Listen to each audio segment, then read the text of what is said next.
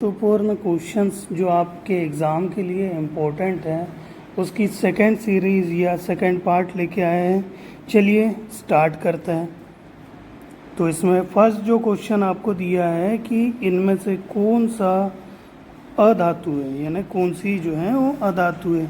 तो आपको पता है कि पारा भी धातु है, पीतल भी धातु है और लोहा भी धातु है। तो यहाँ पे जो आपका आंसर होगा, जो अधातु होगी वो कौन सी हो जाएगी? जो ग्रेफाइट है वो क्या है? अधातु होती है। इसी के बाद सेकंड क्वेश्चन को देखिएगा। आपको पूछा गया है किस धातु में प्रमुख सामग्री के रूप में लोहा होता है। तो लोहा जिसमें होगा वो कौन सा होती है, कौन सी होगी? फेरस मेटल या लोह धातु होगी। तो आपका डी वाला आंसर करेक्ट हो जाएगा। इसी के बाद में नेक्स्ट क्वेश्चन में आपसे पूछा गया है कि किस धातु का उस धातु का नाम क्या है जिसमें लोहा नहीं होता। तो लोहा जिसमें नहीं होगा उसे नॉन फेरस मेटल बोलेंगे या तो अलोह धातु बोलेंगे। इसी के बाद नेक्स्ट क्वेश्चन को देखिएगा। निम्नलिखित में से कौन सा गुणधर्म धातु का यांत्रिक गुण है। अब यांत्रिक गुण में कभी भी आपकी न गलनांक आएगा, न क्षारण आएगा और न ही उसका स्ट्रक्चर आएगा। उसका जो आपका यांत्रिक या मैकेनिकल प्रॉपर्टी जो होगी वो कौन सी होगी? डक्टिलिटी या तन्यता।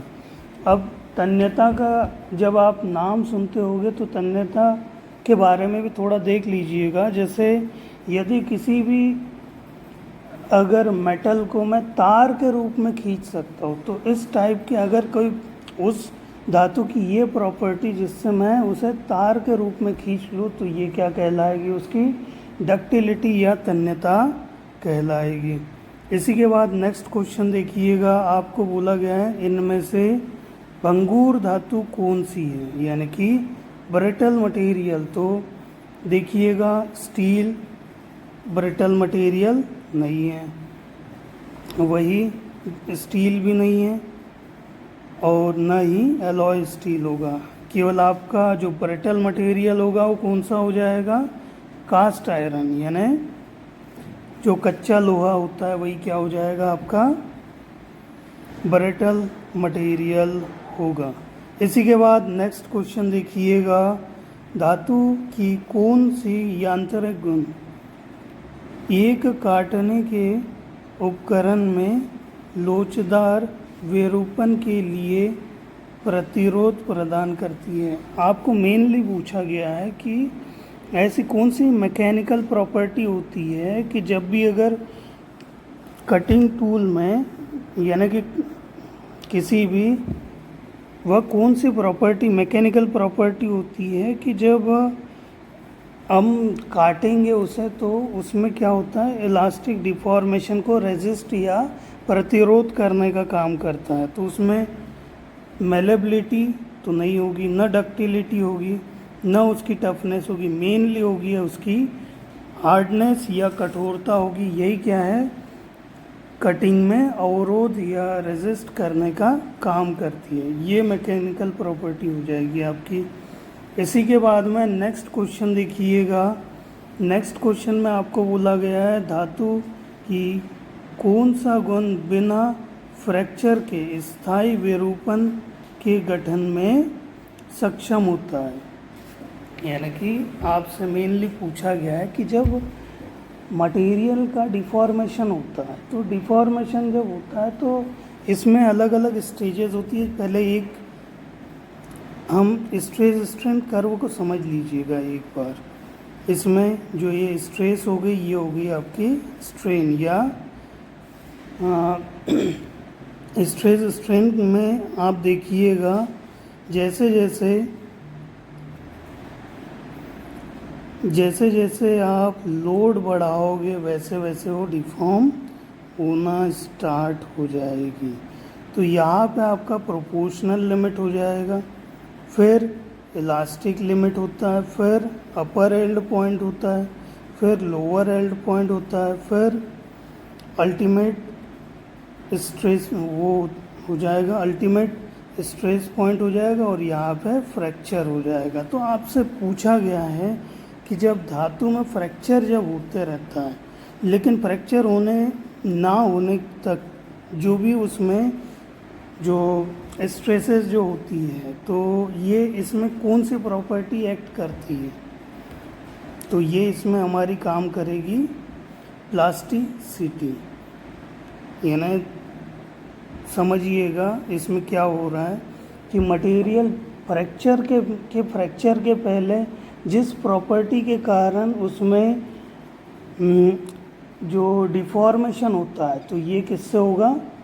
प्लास्टिसिटी के कारण। और यदि मैं ऐसा बोल दूं कि यदि किसी मटेरियल में लोड लगाया जाए और लोड हटाने पर रिवर्स अपने पोजीशन पे आ जाए और किसी भी प्रकार का डिफॉर्मेशन हमें प्राप्त ना हो, तो ये कौन सी प्रॉपर्टी होगी आपकी? इलास्टिसिटी या इलास्टिक प्रॉपर्टी हो जाएगी। चलिए इसके बाद नेक्स्ट क्वेश्चन को देखते हैं।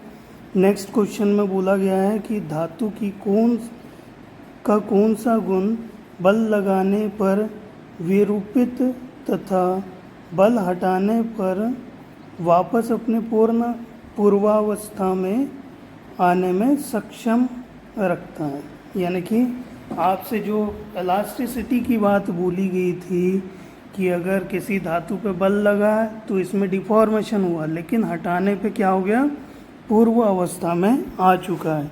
तो इस टाइप की जो प्रॉपर्टी हो जाएगी आपकी क्या हो जाएगी? इलास्टिसिटी कहलाएगी। इसी के बाद नेक्स्ट, इनमें से धातु का कौन सा गुण जिसमें धातु को गर्म करने पर पिघल जाती है? तो पिघलने वाला गुण क्या हो जाएगा? धातु का जो नॉर्मली गुण होगा ये गलनीयता हो जाएगी या फ्यूजिबिलिटी हो जाएगी। या डक्टिलिटी की जब बात होगी तो डक्टिलिटी क्या हो जाती है? डक्टिलिटी का मतलब क्या होता है? डक्टिलिटी होती है कि डक्टिलिटी नहीं, कंडक्टिविटी है यहाँ।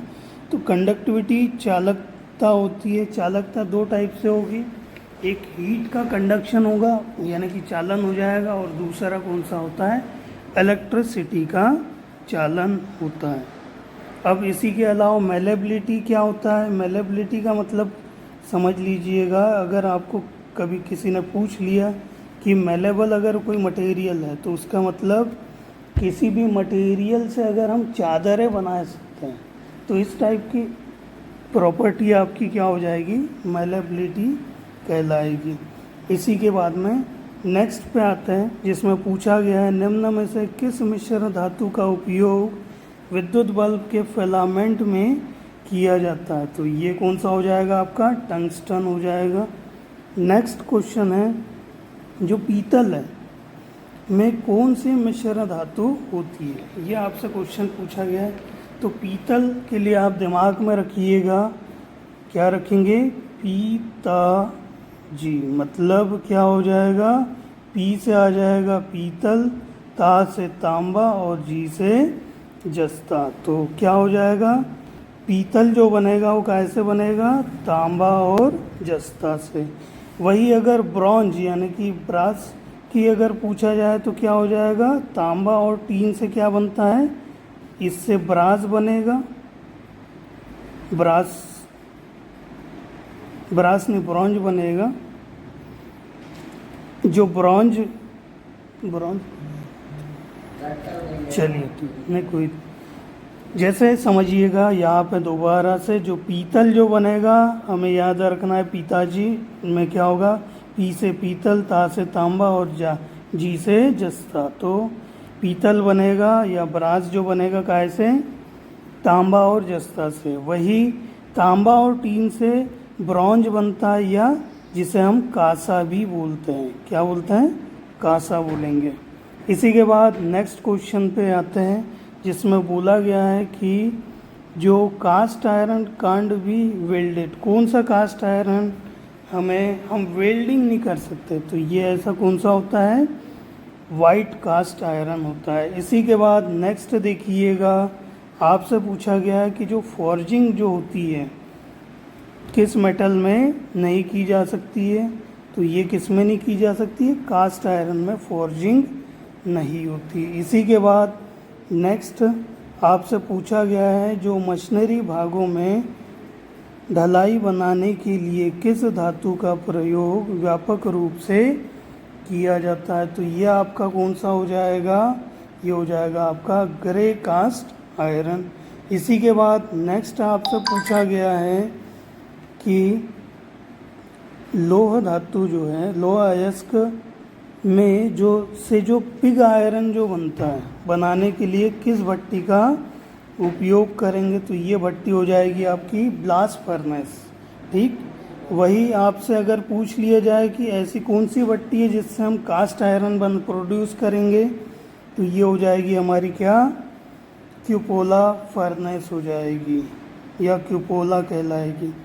इसी के बाद में निम्न कार्बन स्टील का, यानी कि जो लो कार्बन स्टील होता है उसका दूसरा नाम क्या होता है, उसी को हम माइल्ड स्टील भी बोलेंगे।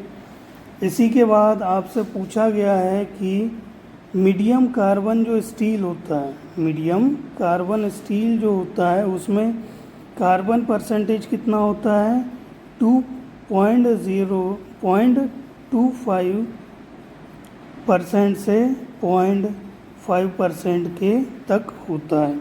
वही निम्न कार्बन की जब बात पूछी जाए तो क्या हो जाएगा, 0.15% से 0.25% तक होगा। वही थर्ड, अगर हाई कार्बन स्टील की बात पूछी जाए तो 0.5% से 1.5% तक आपका कार्बन का परसेंटेज होगा। इसी के बाद आपसे ये पूछा गया है कि एल्यूमिनियम का जो अयस्क होता है कौन सा होता है, बॉक्साइट होता है। इसी के बाद नेक्स्ट जो क्वेश्चन आपसे पूछा गया है कि धातु का वह गुण जिससे धातु को बिना टूटे तार के रूप में खींचा जा सकता है। तो ये तो आपका क्या हो जाएगी, उसकी डक्टिलिटी हो जाएगी, जिसे तन्यता बोला जाता है। इसी के बाद नेक्स्ट क्वेश्चन, निम्नलिखित में से कौन सा कुचालक है। तो कुचालक या डायरेक्टली हमें समझ में आ रहा है कौन सा होगा, माइका हो जाएगा। इसी के बाद नेक्स्ट क्वेश्चन, जो विद्युत केबल और नियंत्रक तारों के लिए इंसुलेशन के रूप में किस रबड़ का उपयोग करते हैं, वो करते हैं सिलिकॉन रबड़ का इस्तेमाल करेंगे।